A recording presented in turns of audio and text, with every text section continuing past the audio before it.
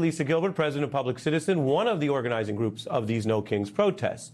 Welcome to both of you. Lisa, your thoughts on that and anything you can preview about tomorrow. Well, first, thank you so much for having me, and just listening to that litany of kingly trappings and also the true crisis of our democracy. It just underscores why we will all be out tomorrow.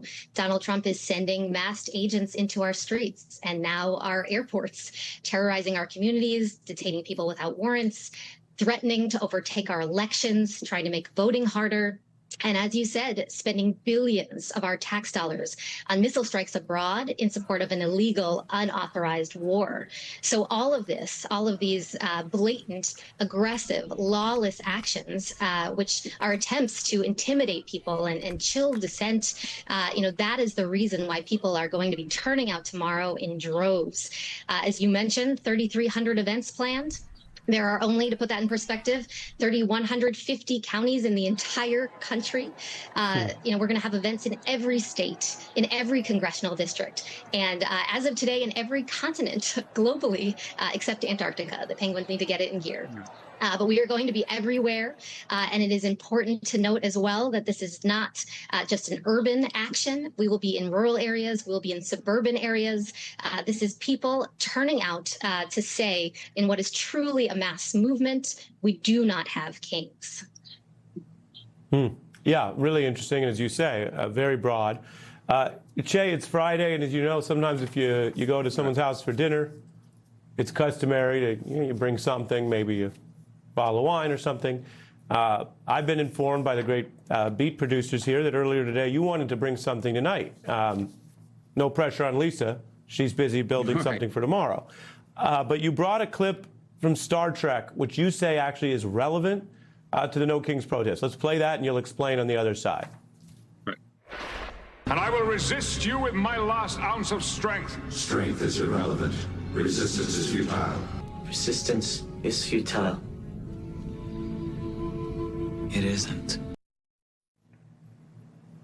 Explain. Yeah, that is the central message of the Donald Trump administration. They want to say resistance is futile, that this country is MAGA, that Stephen Miller and Russell Vought have created a MAGA state. They've gotten rid of the civil service. They're getting rid of scientists. They have a secret police that simply disappears people. Resistance is futile is what they want to say. Mar-a-Lago is the new Rome.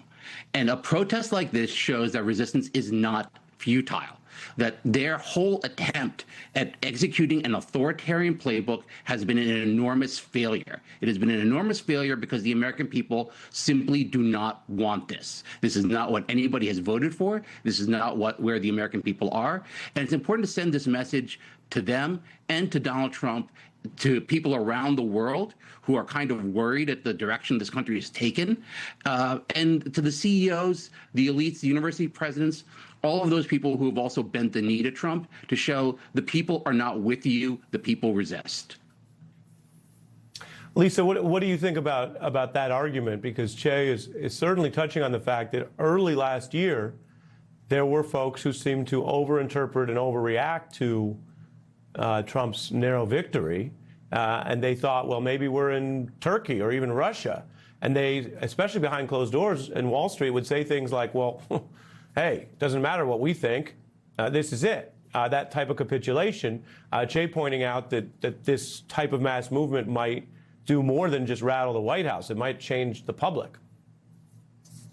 I mean, I couldn't agree more, Che. I think that a big part of the administration's strategy is to keep people scared and isolated and bending the knee, and that No Kings is the exact opposite. We're joining together in overwhelming numbers, speaking out against authoritarianism, speaking out against the horrific abuses of power we've been seeing.